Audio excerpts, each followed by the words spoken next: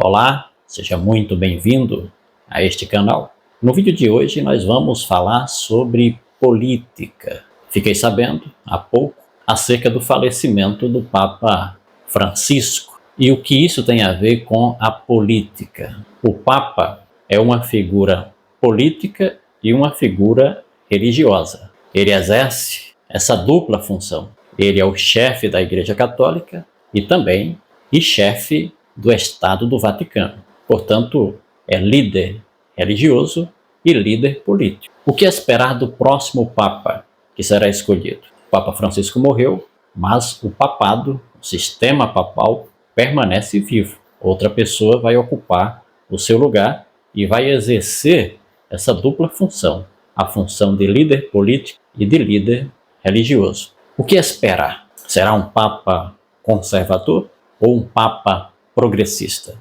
Um conservador irá certamente agir de acordo com as bases do catolicismo.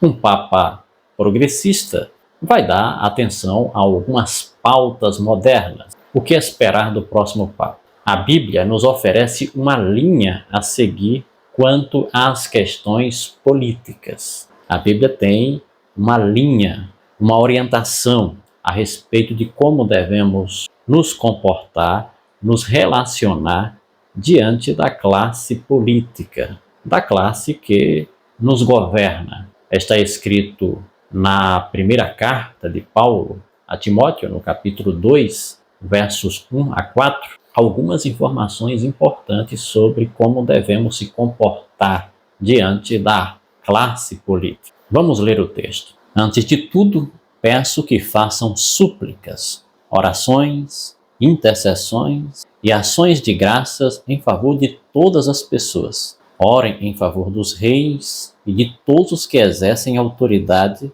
para que vivamos vida mansa e tranquila, com toda piedade e respeito. Isto é bom e aceitável diante de Deus, nosso Salvador, que deseja que todos sejam salvos e cheguem ao pleno conhecimento da verdade. Quando Paulo escreveu esse texto, o cristianismo não era uma religião legal. Os cristãos eram perseguidos na maior parte do Império Romano. E Paulo deixou bem claro que os cristãos não deveriam se comportar como revolucionários. Não deveriam organizar movimentos para depor governantes terrestres, mas deveriam orar em favor de todos os governantes. Ele disse que isto era bom e aceitável diante de Deus. Paulo acreditava que as orações dos irmãos poderiam, de certa forma, fazer com que Deus agisse nesses governantes e que eles pudessem ter a oportunidade de viver uma vida tranquila, uma vida mansa e, ao mesmo tempo, pudessem continuar com a propagação do Evangelho, já que é desejo de Deus que todos os homens sejam salvos e cheguem ao pleno conhecimento da verdade. Esta parece ser a mensagem do apóstolo Paulo a Timóteo, a fim de que essa mensagem fosse transmitida para a igreja. E nós acreditamos que essa linha estabelecida por Paulo quanto ao modo como devemos se comportar diante das autoridades políticas deve continuar sendo a mesma linha adotada pelos cristãos modernos. Eu faço parte de uma religião que é a partidária. Nós não apoiamos um partido político. Somos livres para escolher os governantes. A igreja não interfere no voto de ninguém, não discrimina ninguém por conta do seu voto, apenas pede que a gente vote em pessoas cuja história de vida, cuja trajetória de vida e cujo plano de governo promete nos dar aquilo que a Bíblia diz que Deus deseja que tenhamos, que é a liberdade de viver a nossa fé, de sermos livres para praticarmos as nossas crenças, para expressarmos as nossas crenças perante as pessoas. Então, o nosso objetivo, e também deve ser o motivo das nossas orações, é que tenhamos liberdade, que seja qual for os governantes que venham a ser escolhidos pelo voto, ou que venham a governar através da monarquia, ou até mesmo através de uma ditadura, que esses governantes deem a nós, como cristãos, a liberdade de vivermos de acordo com as nossas crenças. Então, acabou a eleição, devemos orar por quem está sentado no trono, por quem está governando, para que essa pessoa não nos tire o sagrado dom da liberdade, a liberdade para praticarmos as nossas crenças, para pregarmos o Evangelho. Por que isto é importante? Porque nós sabemos que em muitas partes da Terra os cristãos não têm liberdade. Na China não temos liberdade. Nos países de maioria islâmica não temos liberdade. Em muitos países, ao mesmo tempo, a nossa capacidade de expressar as nossas crenças está sendo cada vez mais limitada. Alguns temas que são bíblicos, onde a Bíblia manifesta a sua desaprovação, nós não podemos falar abertamente sobre esses temas, porque poderemos ter problemas com as leis daquele país. Então, devemos orar a cada dia para que onde nós estamos vivendo, seja qual for a cidade, o estado, o país, aqueles líderes políticos sejam líderes que prezem pela liberdade. Liberdade não só para nós, mas para qualquer outra pessoa.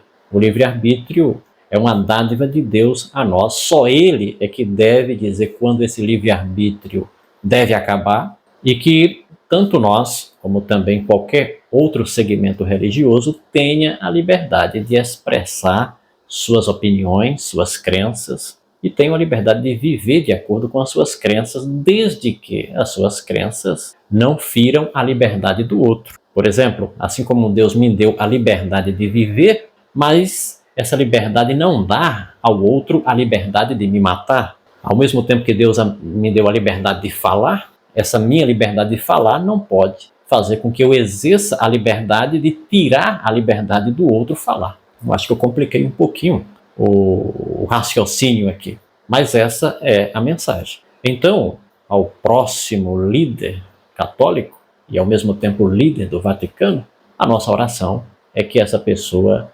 não tome um sentido, uma direção, no sentido de tirar a nossa liberdade. Eu falo isso porque eu faço parte de um grupo religioso que é uma minoria.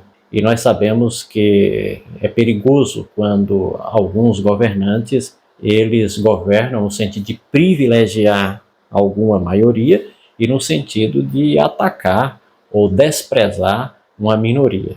Então, nós queremos e oramos para que um governante dê a todos os seus cidadãos a liberdade de viver de acordo com as suas crenças, de acordo com as suas opiniões. Então, minha oração é que o próximo líder do Vaticano possa ir nessa direção, que não venha a ser uma liderança opressiva, uma liderança que venha oprimir algum segmento do cristianismo e que não venha oprimir nenhum outro segmento religioso que não faça parte do cristianismo, que seja um líder que preze pela liberdade das pessoas. Como adventista do sétimo dia, nós temos o direito de orar para que todas as pessoas, não somente nós como igreja, mas todos os diversos grupos existentes possam ter a liberdade. A liberdade. Que o católico tenha a liberdade para fazer as suas missas, as suas devoções, que eu como adventista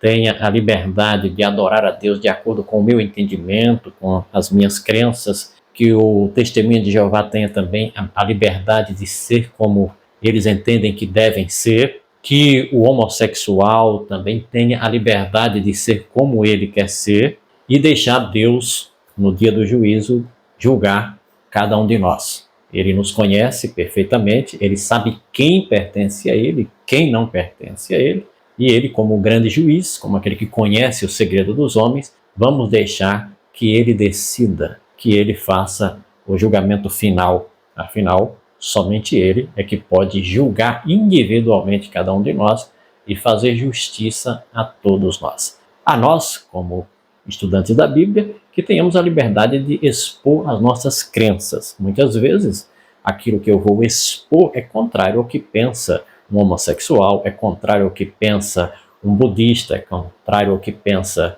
um muçulmano, mas que tanto eles tenham a liberdade de expressar as suas crenças, que eu não concordo, como também eu tenha a liberdade de expressar as minhas crenças, que ele não concorda, mas que isso possa ser garantido pelos governantes, que a gente possa ter isso no Brasil e em todas as outras partes do mundo. Eu acredito que para que o evangelho possa ser pregado a todo mundo, países que tiram a liberdade das pessoas precisam mudar. Líderes políticos que são autoritários e que não prezam pela liberdade das pessoas precisam, quem sabe, ser afastados do poder e dar lugar para outros, para que Deus possa cumprir o seu propósito, que é de ter o Evangelho de Jesus Cristo pregado a todas as pessoas. Que Deus nos abençoe. Até o nosso próximo vídeo.